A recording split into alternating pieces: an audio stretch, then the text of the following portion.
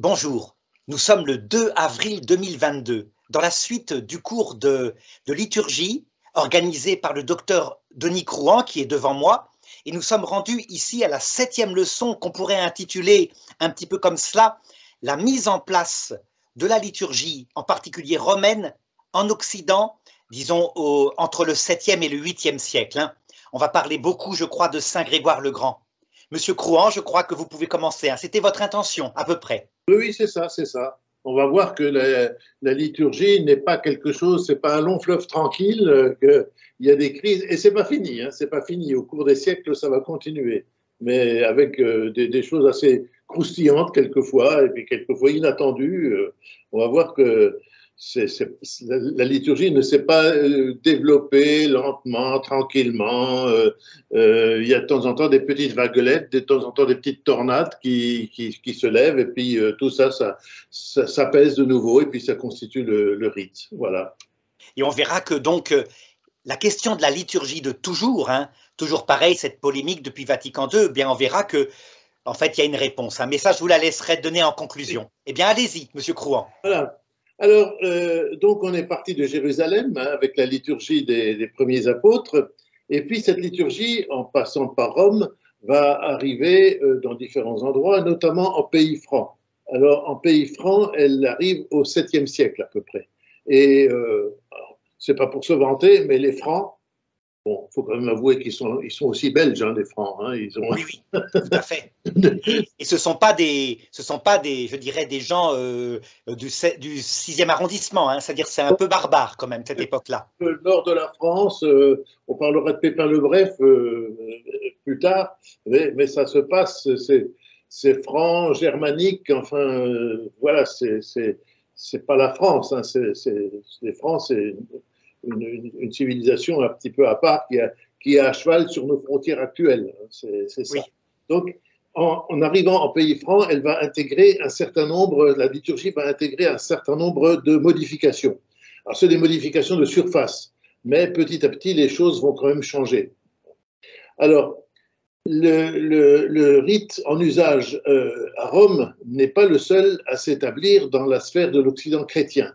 On a vu qu'il y a différents rites qui correspondent à des zones géographiques très, très particulières.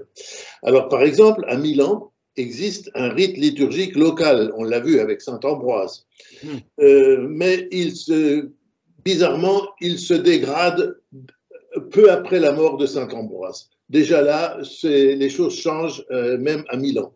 Qu'est-ce que vous voulez dire par il se dégrade? Ça veut dire que c'est moins précis, il y a des compositions qui sont bizarres, c'est ça que vous voulez dire? Ce qui était vraiment caractéristique du rite milanais à l'époque de saint Ambroise se modifie, change un petit peu, on fait autrement, on change certaines coutumes, certaines habitudes. Alors, ça ne change pas le fond du rite, naturellement, mais il y a des choses qui vont un petit peu se modifier. Et donc, le problème, c'est que ce rite de saint Ambroise, enfin le rite qu'a connu saint Ambroise, eh ben, nous le connaissons assez mal, puisque ce que nous en savons nous vient de manuscrits carolingiens, et donc qui sont assez tardifs. On n'a pas vraiment de texte de saint Ambroise qui nous dit voilà comment il faut célébrer la liturgie. Non, ce que nous en savons, c'est à travers des manuscrits carolingiens. Et ces manuscrits carolingiens, curieusement, parlent de liturgie ambrosienne et non plus de liturgie milanaise. Donc il y a déjà un petit peu des petites choses qui changent. Alors dans la zone qui s'étend, ça c'est pour le nord de l'Italie, en dehors de Rome. Dans la zone qui s'étend autour de Naples, donc le sud, existe un autre rite régional. C'est le rite bénéventin de la ville de Bénévent et du diocèse de Bénévent et tout ce qui est autour. Là aussi, cette liturgie va disparaître. Donc, vous voyez, on a différentes liturgies. Quand on parle de liturgie de toujours, il faudrait savoir quelle est la liturgie de toujours. Oui. Et quand on a des rites qui étaient en usage en Afrique, et on ne sait quasiment rien à leur sujet, car tous les livres ont disparu lors des invasions musulmanes. Donc là, on ne sait pas grand-chose. En Espagne, on a des liturgies locales, et elles ne sont connues à travers des manuscrits du XIe siècle qui ont été recopiés au moment où la liturgie romaine avait déjà tendance à s'imposer en Espagne. Donc, ces manuscrits, quand on sait comment procédaient les copistes, vous savez, les copistes, ils ne recopiaient pas, ils étaient très fidèles naturellement à ce qu'il y avait, mais ils ne recopiaient pas au mot à mot, pour une raison très simple. Le parchemin coûtait très cher, et quand on recopiait quelque chose, on recopiait ce qu'on estimait être utile, mais on laissait tomber d'autres parties qui n'étaient pas forcément utiles dans tel endroit ou telle autre chose. Donc, il y a des choses qui sont tombées, on ne sait pas. Voilà. Alors, en Irlande et en Grande-Bretagne, il y a une liturgie d'origine romaine, mais avec des éléments de liturgie orientale. Alors c'est très curieux. Alors est-ce que c'est dû aux marchands, aux gens qui se déplaçaient, aux moines? On sait très bien que des moines irlandais sont venus chez nous, et puis les liturgies ont toujours eu tendance à faire un va-et-vient. Par exemple, on a eu des liturgies romaines en Normandie qui ont traversé la Manche, qui sont allées se mettre, qui ont été prises en Angleterre, donc, et puis en Angleterre, elles se sont stabilisées, pendant qu'en Normandie, les liturgies romaines se modifiaient. Et quand ces liturgies anglaises ont retraversé la Manche pour venir en Normandie, ben, les Normands ne reconnaissaient plus la liturgie qu'ils avaient donnée quelques siècles auparavant. C'est des va-et-vient avec des transformations locales, mais ça ne change rien sur le fond. Oui. Alors, la liturgie romaine, elle, dans ce paysage très varié, très riche, elle les est connue grâce à des manuscrits qui sont souvent copiés très loin de Rome. Alors, on ne sait pas trop ce qu'on a copié. Il y a une thèse qui a été faite par un prêtre de la communauté Saint-Martin, le père d'Iradourian, je crois, qui est spécialiste de la liturgie, et qui explique comment les manuscrits étaient recopiés. On recopiait que l'essentiel, que ce dont on avait besoin. On ne recopiait pas forcément tout.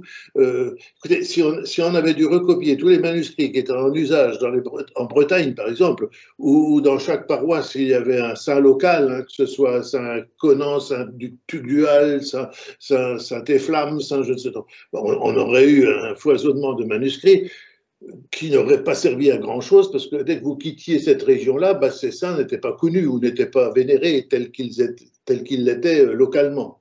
Donc, c'est des manuscrits qui sont recopiés loin de Rome. On rajoute un petit peu ce dont on a besoin, ce qu'il faut rajouter. Alors, comme on le voit, hein, l'expression « messe de toujours » n'a pas beaucoup de sens du point de vue purement historique.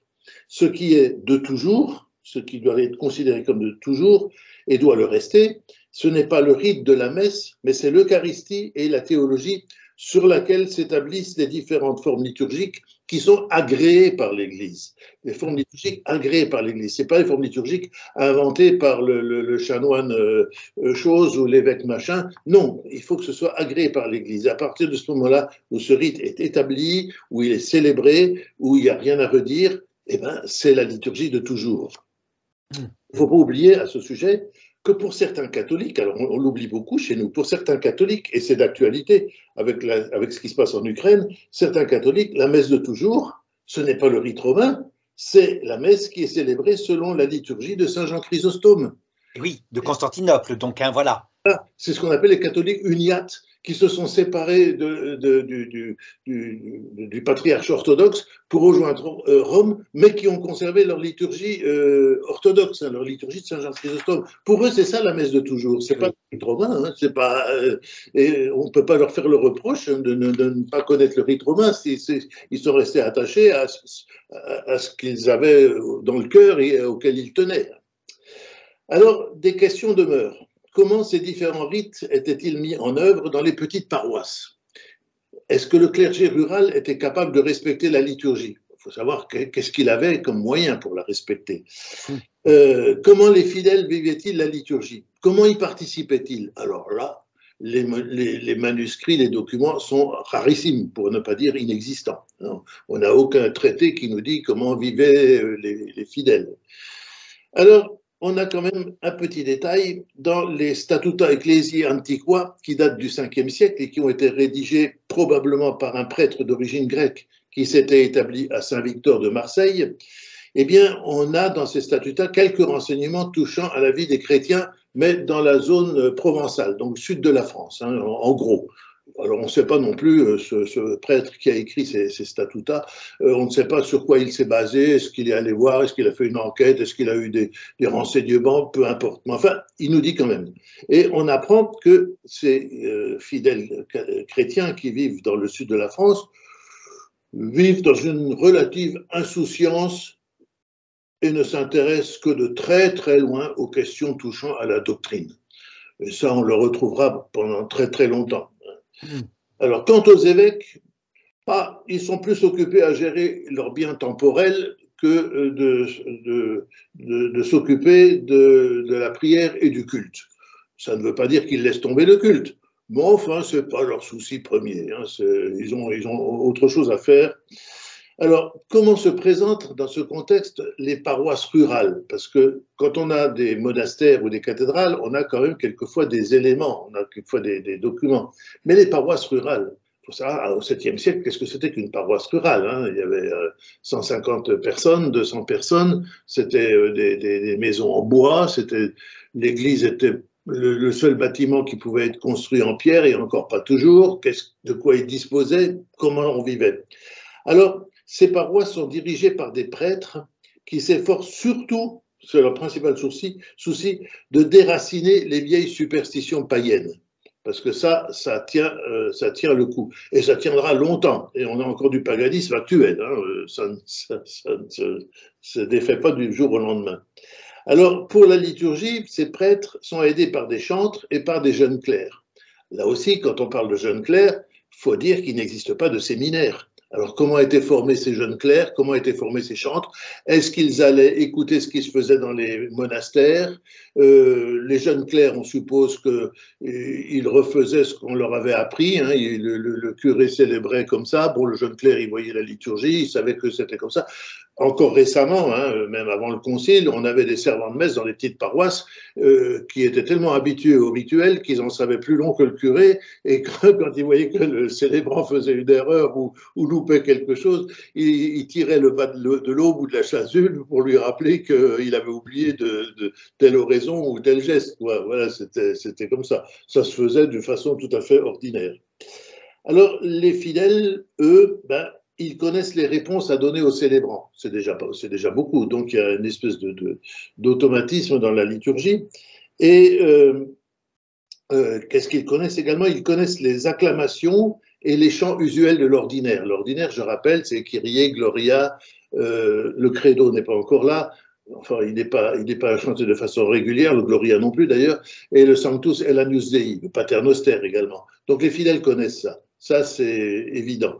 D'ailleurs, on sait que la plupart de ces chants de l'ordinaire ont été transmis de génération en génération par les fidèles.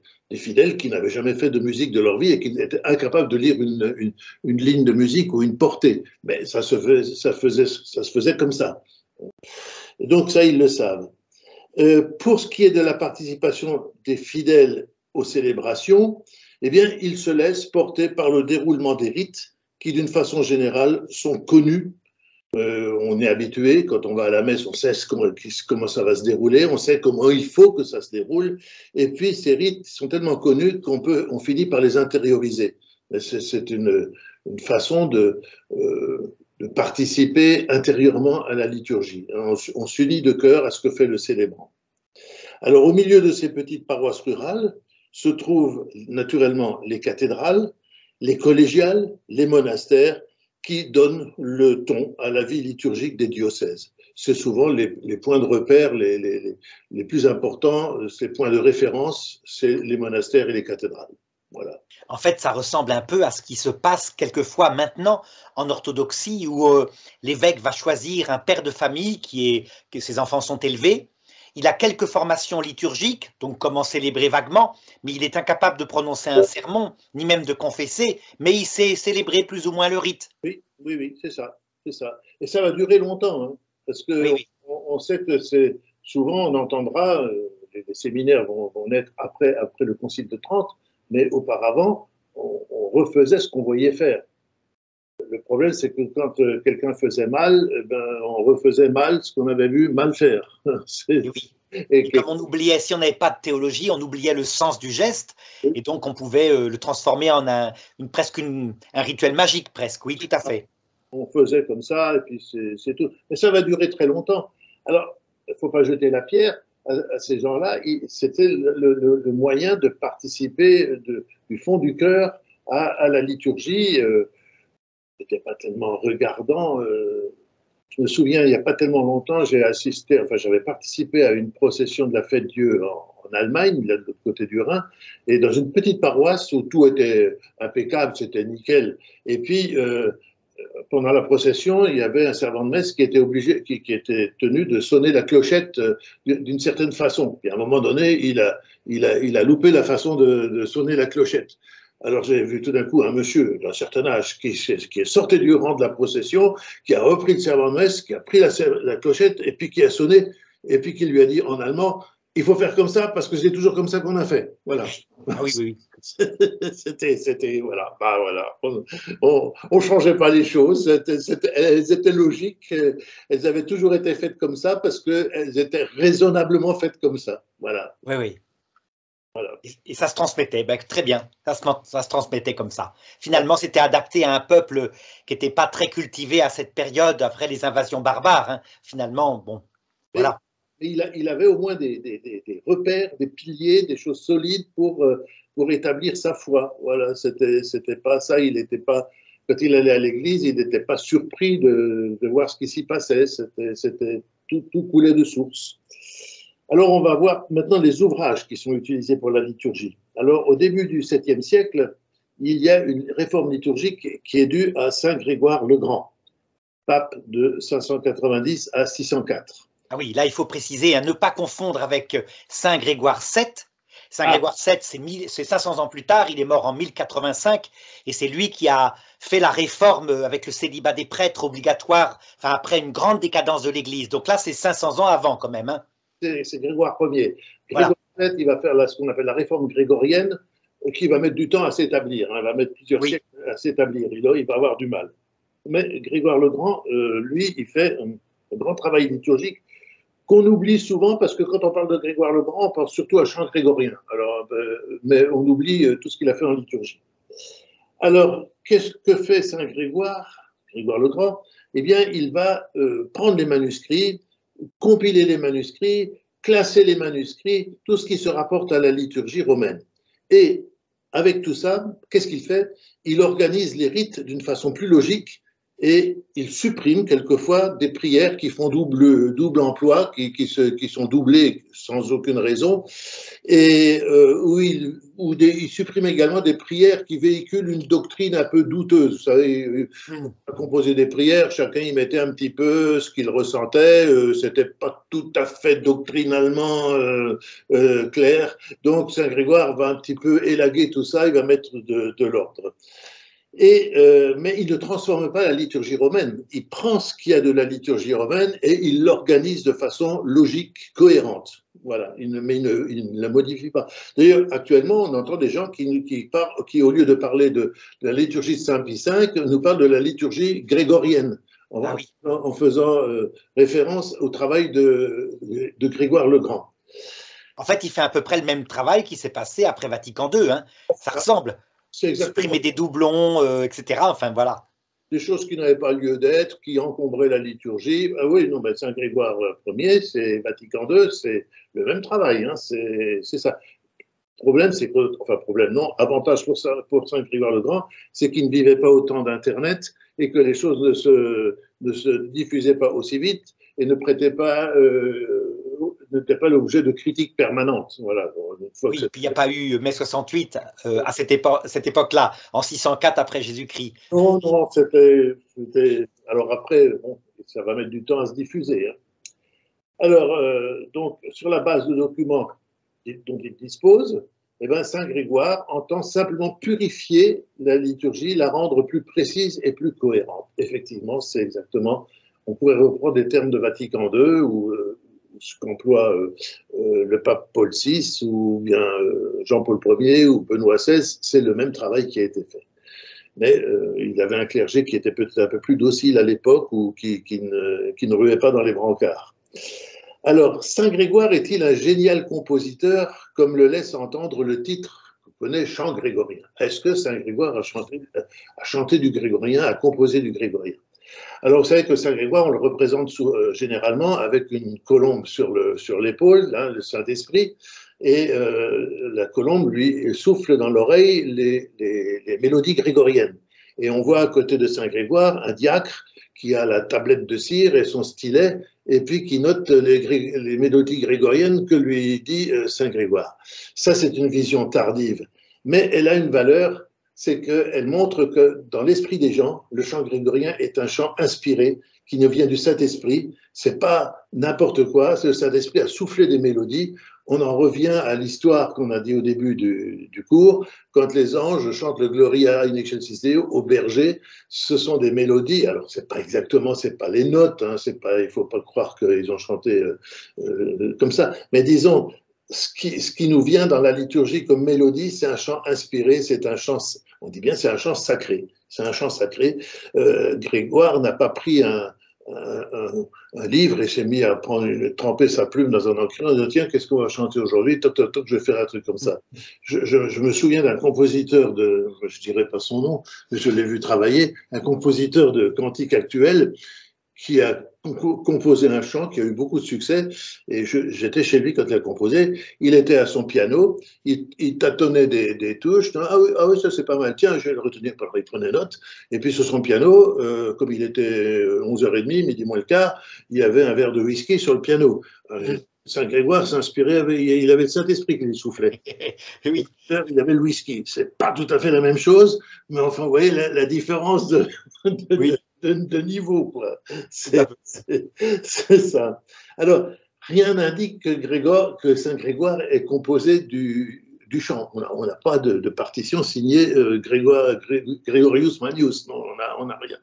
Mais par contre, on est à peu près sûr qu'il avait le sens du chant liturgique. Il ne faut pas oublier qu'il avait été bénédictin, il avait fait un séjour dans un monastère bénédictin, donc il avait entendu les offices, il avait entendu chanter, il était nourri d'une saine tradition musicale, et donc ça a pu l'inspirer pour donner quelque chose. Alors, ça a sûrement affiné son goût pour le chant, pour la liturgie, son séjour dans un couvent bénédictin. Par contre, il semble qu'en cherchant à donner plus de clarté à la liturgie romaine, il a aussi touché au chant. C'est-à-dire qu'il a distribué les chants, les différentes parties chantées, il les a distribuées dans l'année liturgique qui avait été faite par le pape Damas, si je me souviens. La dernière fois. Donc, il y avait déjà une année liturgique, il y avait des fêtes, il fallait que chaque fête ait son chant propre. Hein. On ne chante pas à Noël ce qu'on chante à Pâques, on ne chante pas le 15 août ce qu'on chante à la Toussaint. Donc, il y avait une répartition des chants beaucoup plus logique, beaucoup plus harmonieuse, et ça, Grégoire a dû travailler là-dessus.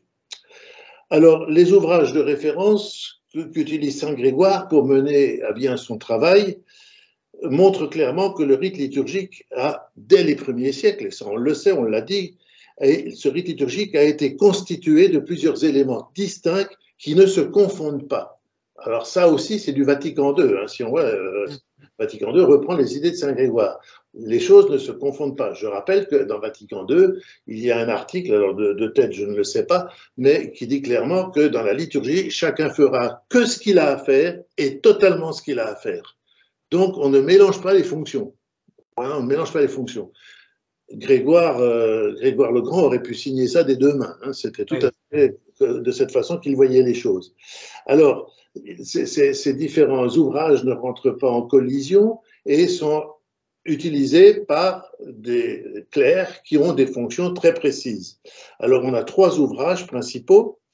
Les sacramentaires, pour les prêtres qui officient. On a ensuite les lectionnaires pour les diacres et les lecteurs, et ensuite ce qu'on appelle les graduels pour les chanteurs ou les maîtres de chœur. Alors là aussi, il faut être précis. Tous les chanteurs, nous, on a l'habitude, quand on va dans un monastère, on voit les moines se mettre en demi-cercle et puis ils ont chacun leur livre en main. C'est pas du tout comme ça que ça se passait. Le chant était encore connu par cœur. Le seul qui avait un livre, parce que ça coûtait cher, parce que c'était quelque chose de précieux, c'était le maître de chœur. Alors lui, son livre, il n'avait pas les notes, il n'y avait pas de notes, il n'y avait pas de partition, il n'y avait pas de portée. Par contre, il avait des petites indications qui disaient voilà comment il faut faire, voilà ce qu'il faut rappeler au chantre.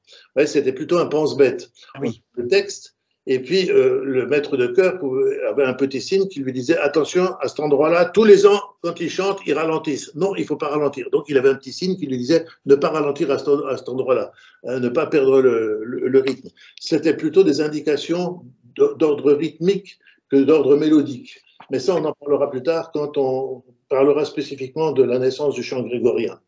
Oui. Alors, les sacramentaires, qui sont les ancêtres de nos missels, donnent les textes des prières qui sont dites ou chantées par le célébrant. Et il existe deux types de sacramentaires qui se rattachent tous les deux au rite romain des origines, mais diffèrent par les oraisons qu'ils proposent. Donc, on voit que dans le rite romain, suivant qu'on est là ou là, on n'a pas forcément les mêmes oraisons. Hein. Déjà là, ce n'est pas quelque chose qui est clairement établi. Et ces sacramentaires, ces deux types de sacramentaires sont utilisés probablement en même temps, mais pas dans les mêmes zones géographiques. Vous avez un sacramentaire qui est utilisé plutôt en Italie, hein, au sud des Alpes, et un sacramentaire qui est utilisé au nord des Alpes. Donc, ils ont leur source tous les deux dans le rite romain. Ensuite, on a les lectionnaires. Alors, ces lectionnaires donnent les textes des lectures bibliques qui doivent être proclamés aux messes ou pendant les offices. Alors, ils ont été élaborés à partir de notes marginales. Au début, on ne recopiait pas tout le texte évangélique ou le texte biblique. C'était trop long, trop coûteux, ça prenait trop de parchemin, on ne le faisait pas. Qu'est-ce qu'on faisait? On donnait simplement l'incipit, hein, le début du texte, ou alors on indiquait dans une marge Luc chapitre 3, versets 6 à 7 ou quelque chose comme ça. On ne disait pas plus. Et puis on savait où il fallait se référer pour trouver le texte. Alors ça, c'est les premiers lectionnaires. Puis alors petit à petit, on va mettre tout le texte du texte qu'il faut lire, hein, petit à petit. On ne mettra plus seulement les indications, on mettra tous les textes. Et ensuite, on va préciser comment répartir les textes. Donc, on a l'Ancien Testament, on a les Actes des Apôtres et les Évangiles. Et au cours d'une étape encore ultérieure, ces textes vont être répartis. On va avoir un épistolier, donc un livre spécial qu'on appelle l'épistolier, pour les lectures non évangéliques, hein, pour les lectures de l'épître. Et on va avoir un évangéliaire pour la lecture de l'évangile qui est réservé alors aux diacres ou aux prêtres. Donc on a encore deux livres. Ensuite, ces deux livres vont être joués ensemble, donc plus tard.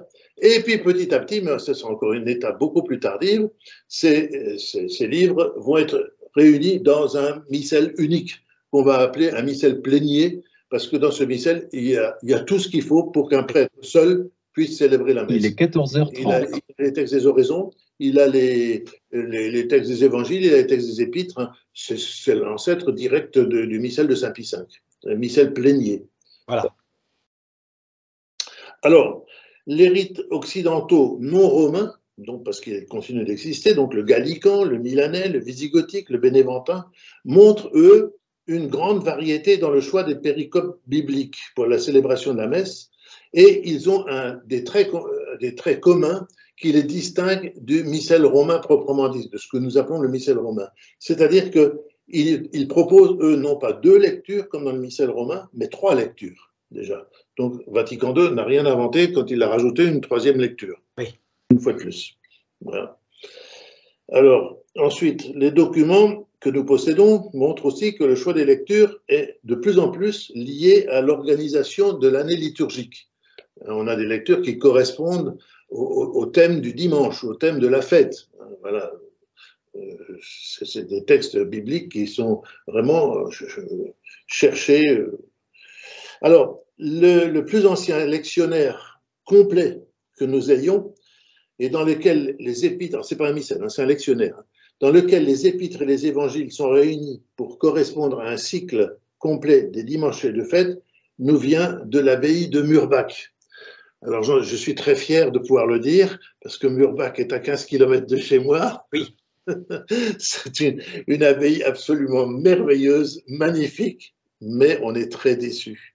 Je sais pas, vous ne connaissez pas cette abbaye? Non, non, non. C'est dans la vallée de Guebwiller, donc Guebwiller au pied du point culminant des Vosges. Vous avez un tout petit vallon qui s'ouvre et qui se termine en cul-de-sac. Et quand vous arrivez au fond de ce vallon, où il y a un petit village, autrefois il y avait 80 habitants, vous voyez, à peu près, et bouchant ce vallon, vous tombez sur le chevet de l'abbaye de Murbach, le chevet roman, qui est de. Alors, allez voir sur Internet, c'est de toute beauté, c'est époustouflant. Malheureusement, quand on fait le tour, eh ben, la nef a disparu. Ah, voilà. À la Révolution, probablement. C'est-à-dire qu'à un moment donné, au XVIIIe siècle, les abbés de Murbach, qui étaient très riches, il faut savoir qu'au 8e siècle, Alcuin, le secrétaire de Charlemagne, venait à Murbach pour étudier à la bibliothèque de Murbach. Alors, vous voyez, la réputation qu'avait l'abbaye. Et au XVIIIe siècle, c'était la grande mode, on va faire du baroque. Alors, les abbés de Murbach, l'abbé de Murbach a dit, on va commencer à démolir la nef, on va garder le chœur pour pouvoir continuer à chanter les offices pendant qu'on reconstruit la nef en baroque. Puis une fois que la nef en baroque sera reconstruite, on chantera les offices dans la nef et on passera au chœur. Entre-temps, il y a eu 1789, la nef a été détruite, elle n'a jamais été reconstruite et le chœur roman est heureusement resté. Et quand on voit la beauté que on est par terre et puis c'est magnifique, magnifique. Allez sur les sites internet et tapez Murbach. Alors, on a un certain nombre de livres qui nous viennent de cette abbaye et qui sont conservés à la bibliothèque de Colmar. Alors, les documents que nous possédons montrent aussi que le choix des lectures va être de plus en plus organisé en fonction de l'année liturgique. Et donc, c'est ce qu'on a dit. Et en travaillant à la mise en ordre de la liturgie, Saint Grégoire respecte un principe que les restaurateurs de la liturgie qui seront à l'œuvre au moment de Vatican II auraient eu grand intérêt à suivre. Alors ça, c'est une grande leçon. Ce principe que respecte Grégoire le Grand consiste à toujours mettre la contemplation avant l'action.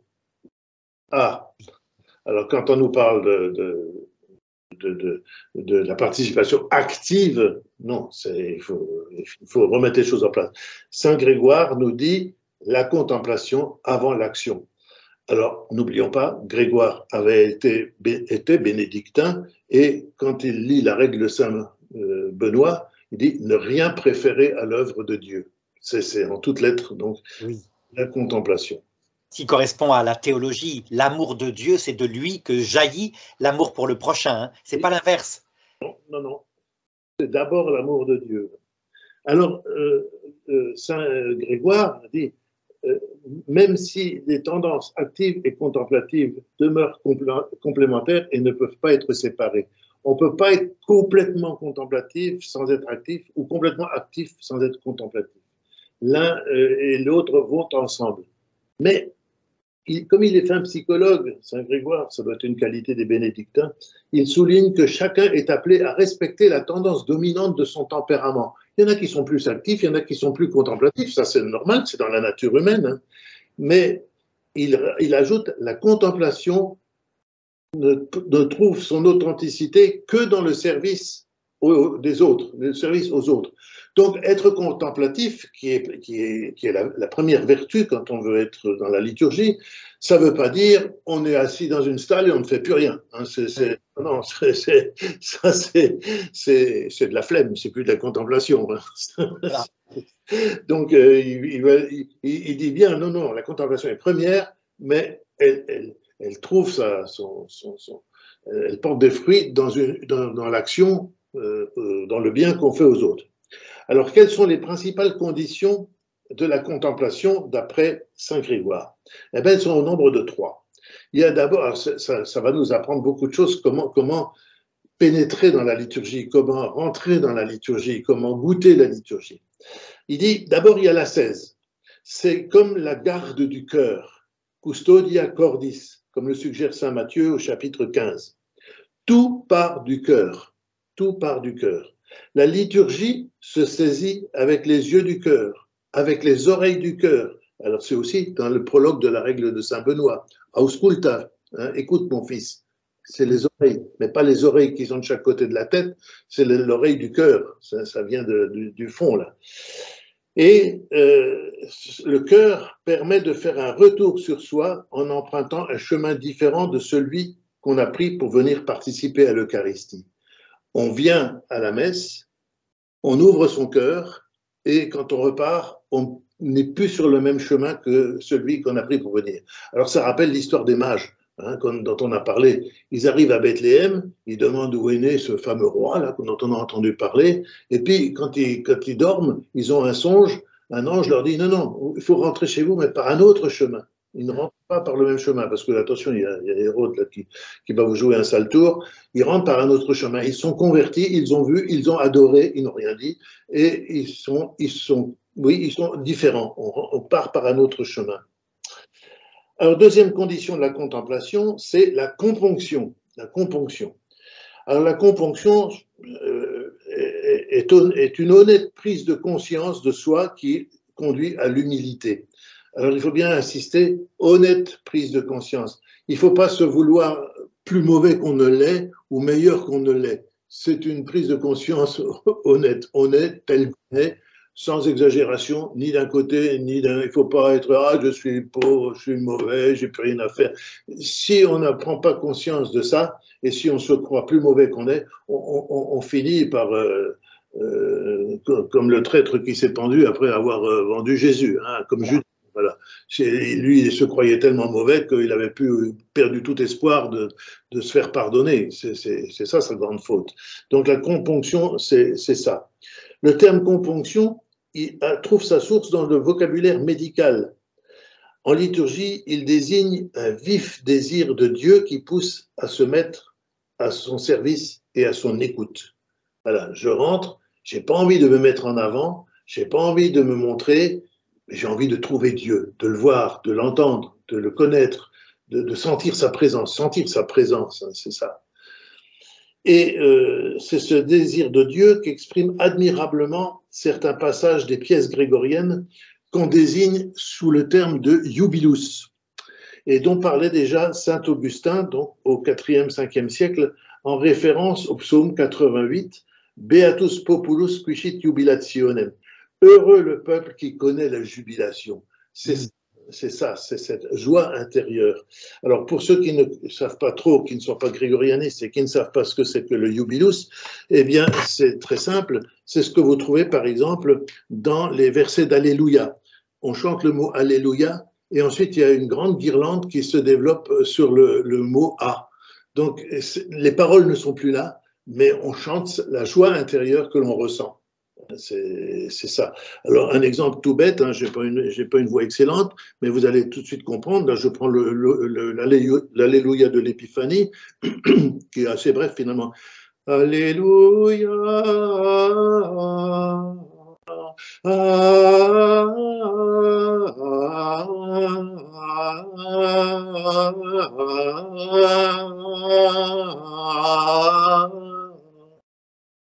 Voilà, ça c'est le jubilus, c'est ce long développement qu'on trouve d'ailleurs dans tous les chants où on exprime quelque chose que les paroles n'arrivent pas à dire. C'est ça. Donc, et saint Augustin en parlait déjà, il disait c'est admirable, on n'a plus besoin de mots, on est dans la contemplation, la béatitude la plus totale. Alors, la troisième condition pour rentrer dans la liturgie, c'est de se mettre en état de contemplation. On en revient aux bases, contemplation.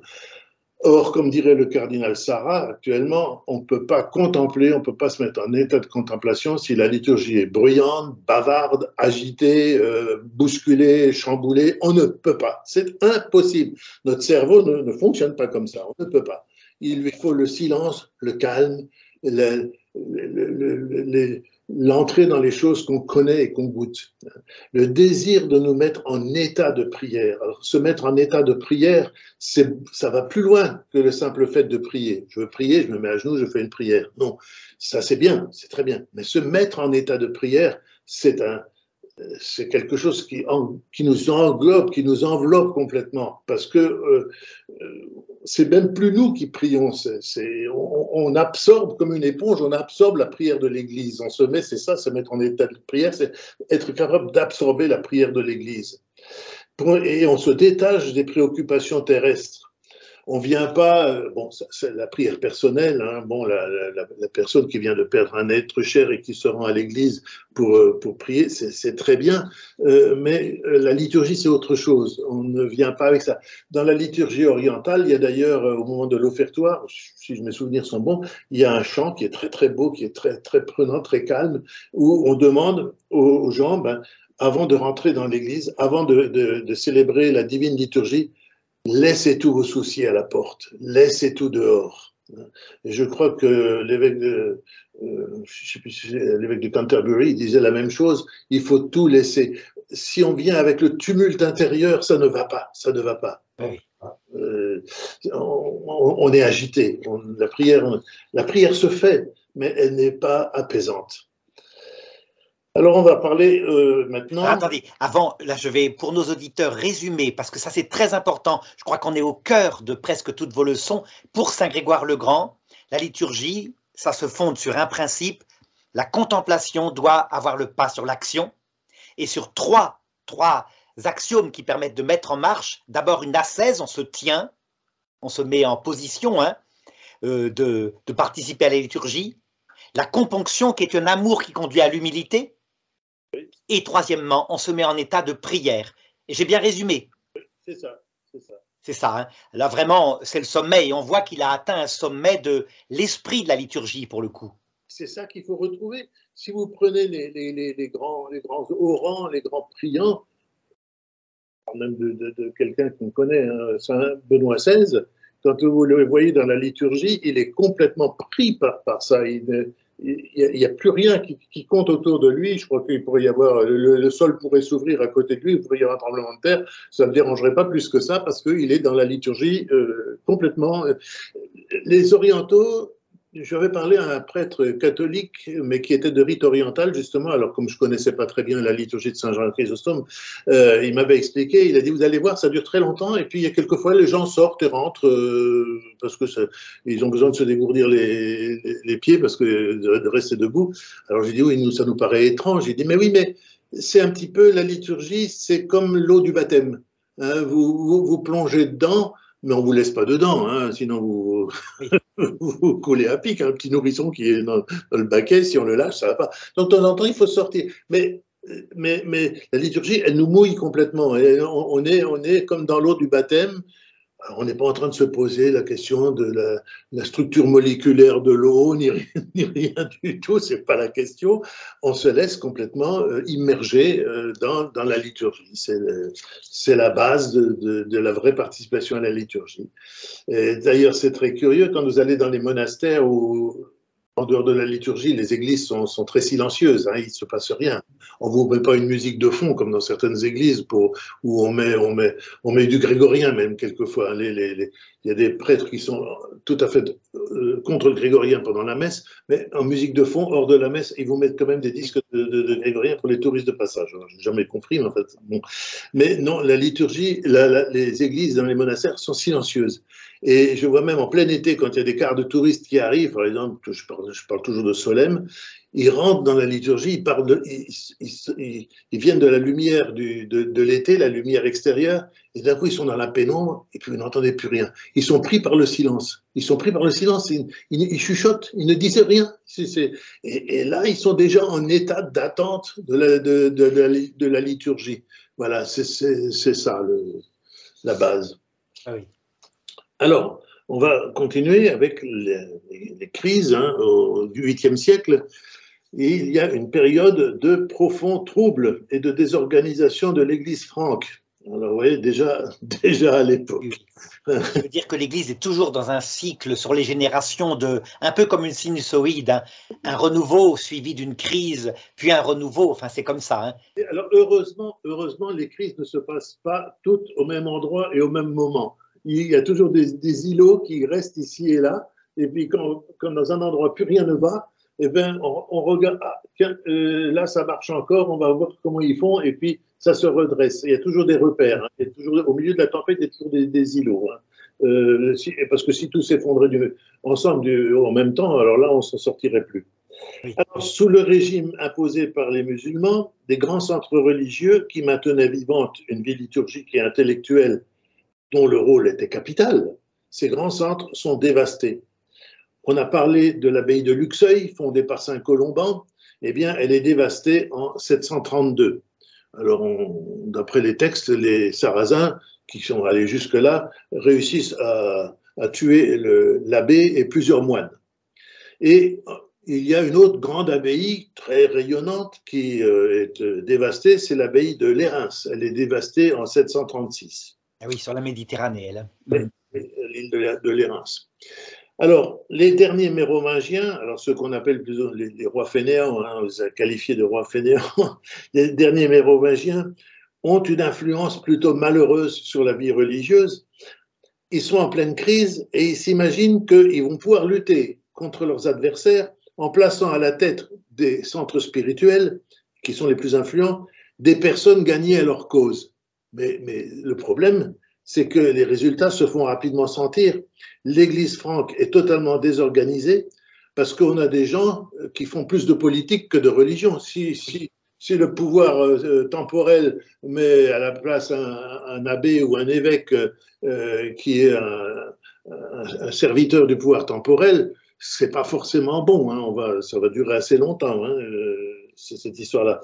Et alors, on a Saint Boniface qui écrit en 742, alors c'est assez amusant, il écrit « Il m'est arrivé de trouver parmi les gens qu'ils appellent diacres des individus plongés dans la débauche, l'adultère et toutes sortes d'ordures depuis l'adolescence, et qui sont parvenus au diaconat et qui, une fois diacres, ont 4, 5 ou plusieurs concubines la nuit dans leur lit. » Ah oui. Hein, quand on parle des scandales actuels. Oui, oui, c'était rien en comparaison. Hein. Et le pire, ça va être vers l'an 980, par là, où là… Ah oui, oui. Bon.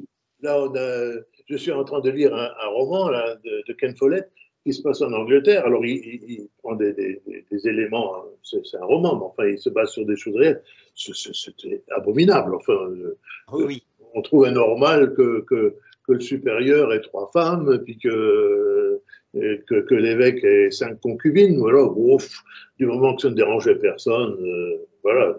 Je veux dire, heureusement que les historiens sont mauvais, parce que s'ils savaient qu'il y a un pape de Rome à cette période-là, là, qui était adolescent et oui. qui avait des concubines, enfin, bon ben, heureusement, ils croient que le pire des papes, c'est le pape Borgia. Oui, oui, oui, oui. Et encore, on pourra dire qu'il n'a jamais calqué sa théologie sur sa vie personnelle. Tout à fait. Et c'était pas le pire, hein, je vous dis, c'était pas le pire. Vraiment, c'est oui, c'est la période là où on rentre dans une grande crise. Bon. C'est vraiment c'est délirant. Alors, dès 743, il y a l'esquisse d'un renouveau dans la ligne tracée par Grégoire le Grand. On commence à sentir les choses qui bougent. Mais le rétablissement est difficile. La liturgie que souhaitait Saint Grégoire et qui avait été mise en place n'a pas eu le temps de se mettre en place. Et bon, il y a eu des dévastations, tout est sans dessus-dessous, donc qu'est-ce que vous voulez qu'on fasse, hein? Les traditions liturgiques locales, passablement mouvantes et variées d'un endroit à l'autre, subsistent à peu près partout. Donc on a bien une liturgie romaine, elle arrive, et puis bon, on l'adapte, on l'apprend, on la change, et puis ah ben non, attendez, on a toujours fait comme ça, on va pas le changer, non, attendez, qu'est-ce qu'il veut avec son nouveau truc, ah non, non, non, non, mais ça se passe comme ça, voilà. En plus, durant les troubles de la première moitié du 8e siècle, de nombreux ouvrages en usage dans le culte ont disparu. Ça s'est saccagé, hein, tout le monde a saccagé. Si ce n'était pas par les envahisseurs, c'était par les rois mérovingiens qui allaient faire la guerre aux envahisseurs. Alors on avait une fois, ils ravageaient tout en passant d'un côté, puis quand ils rebroussaient chemin, ils ravageaient le peu qui tenait encore debout. On a vu ça dans les dernières guerres mondiales, hein, quand on a vu en Pologne, par exemple, le pays a été ratiboisé par les nazis, et puis quand les soviétiques ont chassé les nazis, ils ont pris leur temps pour qu'on puisse encore avoir le temps de brûler, de dévaster le peu qui tenait encore debout. Ouais, c'est de bonne guerre, c'est le cas de le dire. Alors, donc, le fait que tout ait disparu, bah, ça freine le travail de ceux qui sont chargés de corriger et d'unifier la liturgie eucharistique. Alors, on se tourne une nouvelle fois vers Rome. Ah, Rome. L'Ourps, la ville, semble être le seul point en mesure de fournir des éléments pouvant servir à l'élaboration d'une liturgie unifiée et pérenne. Là, il y a encore de quoi nourrir la liturgie. Alors, au milieu de cette situation, il y a un événement qui va avoir un résultat majeur. Alors, il est très connu cet événement, mais bon, il faut peut-être le raconter quand même une nouvelle fois, parce que pour rafraîchir les mémoires. C'est le séjour que fait en France le pape Étienne II en 754. Ah, on a Pépin le Bref, notre cher Pépin, qui a été élu, hein, roi, qui monte sur le trône. Le problème, c'est que il est élu, il est sacré une première fois, mais il n'est pas reconnu du point de vue spirituel. Il n'a pas eu de sacre spirituel par un évêque. Donc il faudrait officialiser son sacre, officialiser religieusement son sacre. Alors il y a une bonne occasion.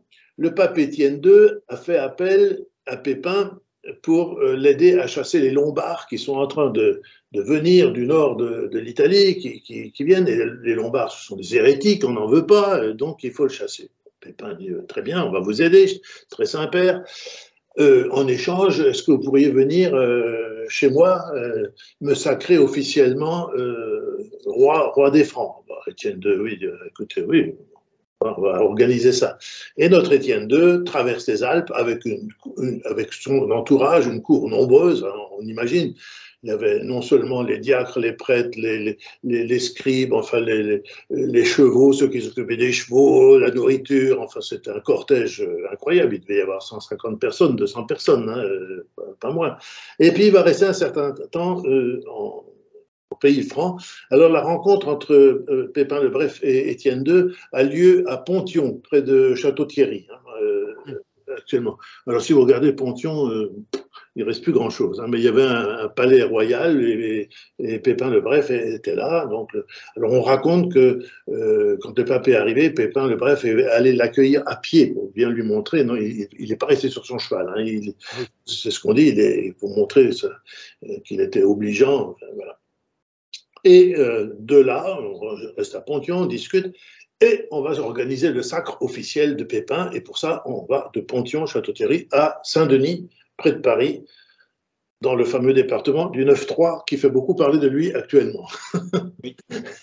Donc, on va à Saint-Denis, il y aura le sacre. Et là, miracle, eh bien, les Francs voient une liturgie qu'ils ne connaissent pas. Le pape est venu avec toute sa cour, et quand il célèbre le rite romain, qu'il connaît à Rome. Et on chante du chant romain, qui va avec le rite romain. Et Pépin, alors les gens sont conquis, c'est merveilleux, c'est magnifique. Nous, on n'a pas ça chez nous. On est des ploucs, nous, à côté, hein, nous les Francs. Ah non, Rome, ça, là, ça en jette. Et Pépin le Bref va avoir une idée géniale. Il va dire, il faut que tout mon royaume adopte la liturgie romaine. Voilà. Ça va être comme ça, c'est décidé. Donc vous allez vous débrouiller, vous allez apprendre la liturgie romaine. Ça va se faire. Charlemagne, fils de Pépin le Bref, va aussi aller dans ce sens-là.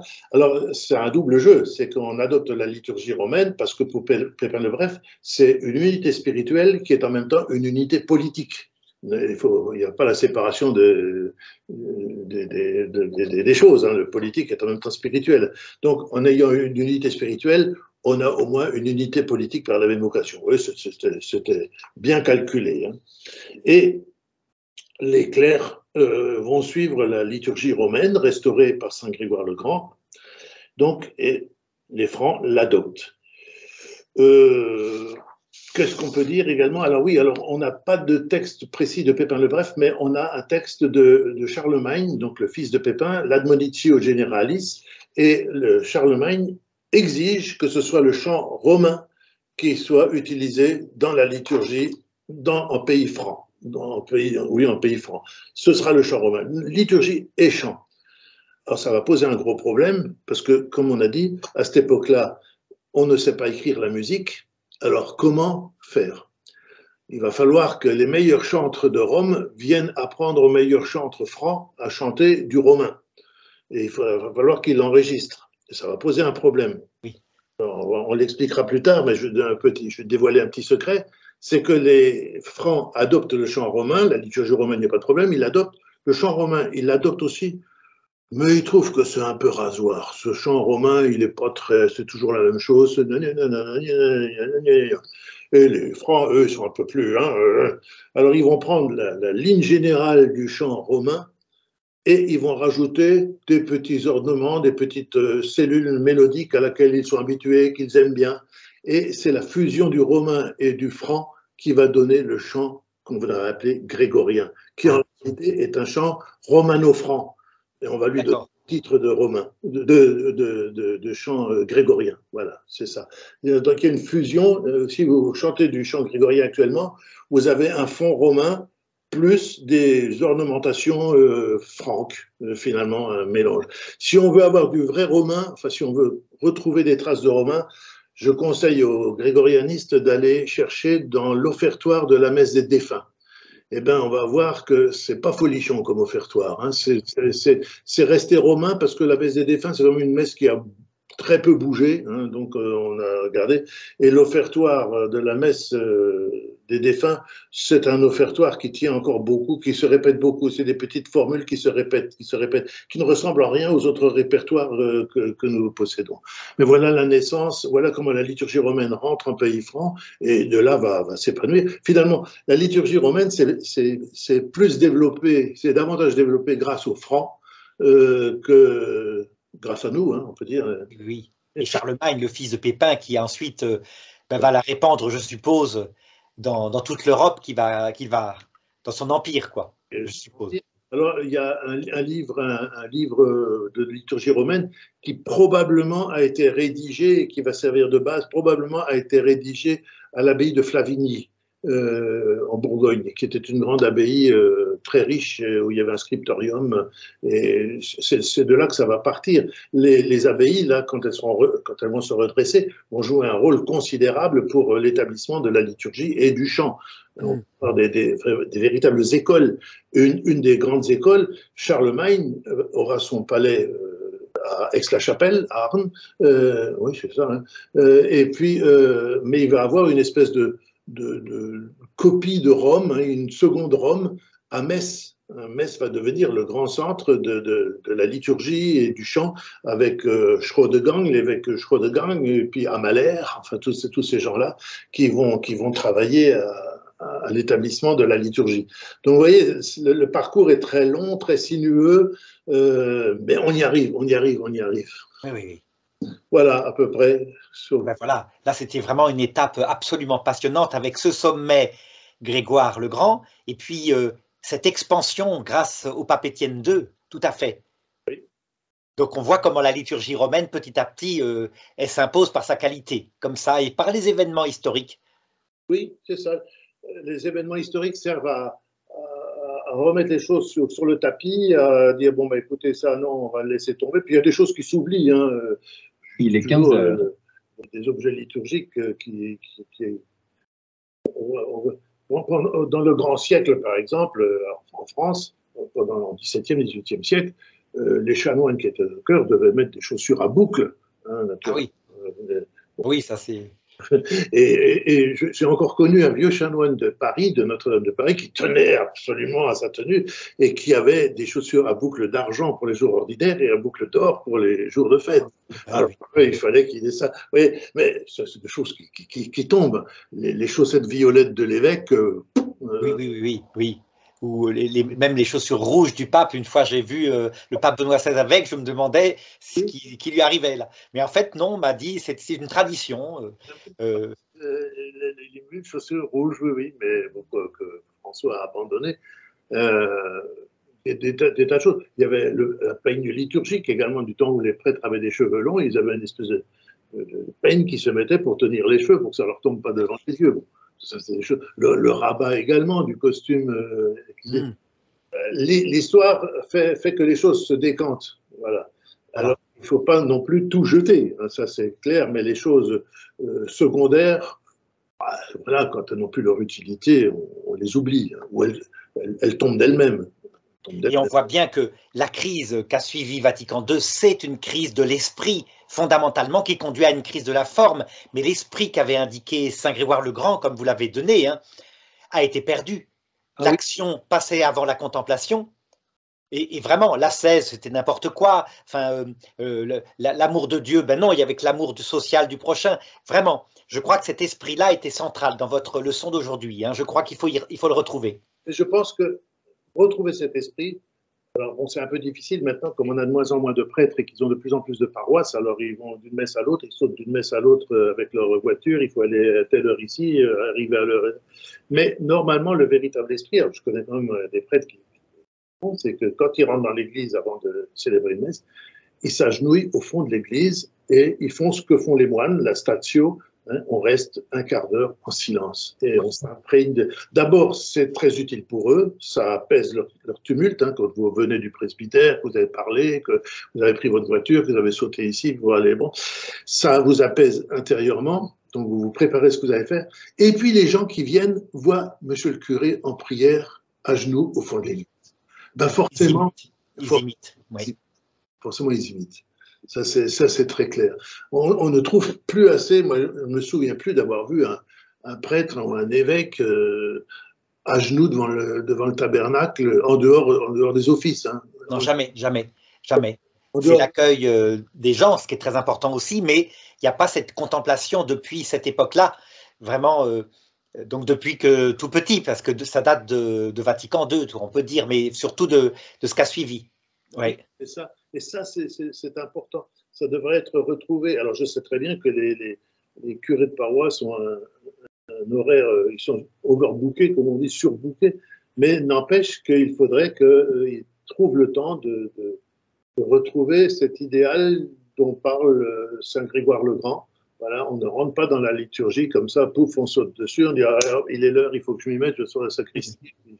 Non, il y a une façon d'être guidé comme quand on prend une voiture, enfin, quand vous démarrez, vous mettez votre clignotant avant voilà, vous êtes conditionné par ce que vous allez faire. Hein, vous êtes en état de faire. Alors, il y a une chose, quand on parle de la participation active, on y viendra quand on parlera de Vatican II, c'est un mot qui a été très mal traduit. Je n'ai jamais vu dans les textes officiels de Vatican II la notion de participation active.